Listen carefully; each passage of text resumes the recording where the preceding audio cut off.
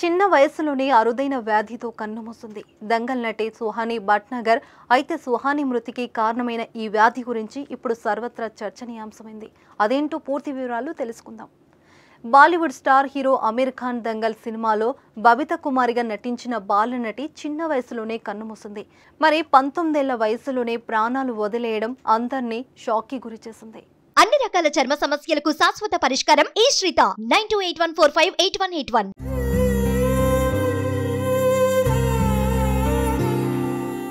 ఈ ఘటనతో బాలీవుడ్ సినీ ఇండస్ట్రీలో ఒక్కసారిగా విషాద ఛాయలు అలుముకున్నాయి. అయితే ఆమెకి కాలు విరగడంతో వాడిన మందులు సైడ్ ఇన్ఫెక్ట్ అవ్వడంతో చనిపోయిందంటూ వార్తలు వచ్చాయి. కానీ కుటుంబ సభ్యులు అందువల్ల కాదంటూ షాకింగ్ విషయాలు వెల్లడించారు.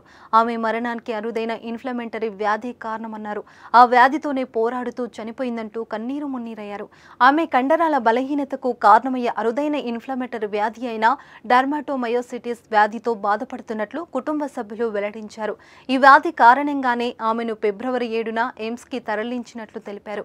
చివరికి ఆ వ్యాధి విషమించడంతో ఫిబ్రవరి 16న తుది శ్వాస విడిచిందని అన్నారు. నిజానికి 10 రోజుల క్రితమే ఆమెకు ఈ వ్యాధి ఉన్నట్లు నిర్ధారణ కాగా 2 నెలల క్రితం అందుకు సంబంధించిన లక్షణాలు కనిపించినట్లు వెల్లడించారు.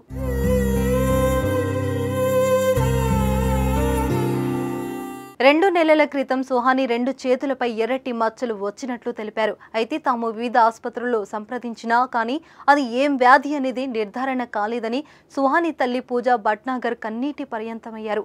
రోజు రోజుకి ఆమె ఆరోగ్యం క్షీణించడంతో ఎయిమ్స్లో చేర్పించినట్లు చెప్పుకొచ్చారు పూజ. అలాగే ఆమె ఆరోగ్యంలో ఎలాంటి మెరుగుదల లేదని, పైగా ఇన్ఫెక్షన్ మరింత ఎక్కువై అదనపు ద్రవాలు ఊపిరితిత్తుల్లో చేరడంతో అవి కూడా దెబ్బతిన్నాయని సుహానీ తండ్రి సుమిత్ భట్నాగర్ తెలిపారు. దీంతో వైద్యులు వెంటిలేటర్పై ఉంచి చికిత్స అందించారు. కానీ ఎలాంటి ఫలితం కనిపించలేదని ఆవేదనగా చెప్పుకొచ్చారు సుమిత్. ప్రపంచవ్యాప్తంగా ఇలాంటి వ్యాధితో బాధపడుతున్న వారు 5 నుంచి 6 మాత్రమే ఉన్నారని పేర్కొన్నారు సుహానీ తండ్రి. డెర్మాటోమయోసిటిస్ అంటే ఏంటో ఇప్పుడు చూద్దాం. డెర్మాటోమయోసిటిస్ అనేది బంధన కణజాలం, కండరాలు, చర్మం, అంతర్గత అవయవాల వాపుతో కూడిన పాథాలజీ. సకాలంలో చికిత్స తీసుకోకపోతే వ్యాధి రోజు రోజుకి తీవ్రతరమవుతుంది. ఈ వ్యాధి అనేది ఆటో ఇమ్యూనో పాథాలజీ, అంటే రోగ నిరోధక వ్యవస్థ పనితీరులో ఆటంకాల కారణంగా ఈ వ్యాధి వస్తుంది.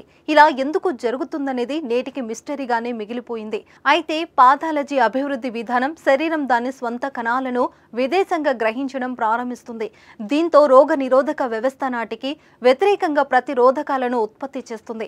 ఆ తర్వాత కండరాలు బంధన కణజాలంపై దాడి చేయడం ప్రారంభిస్తుంది.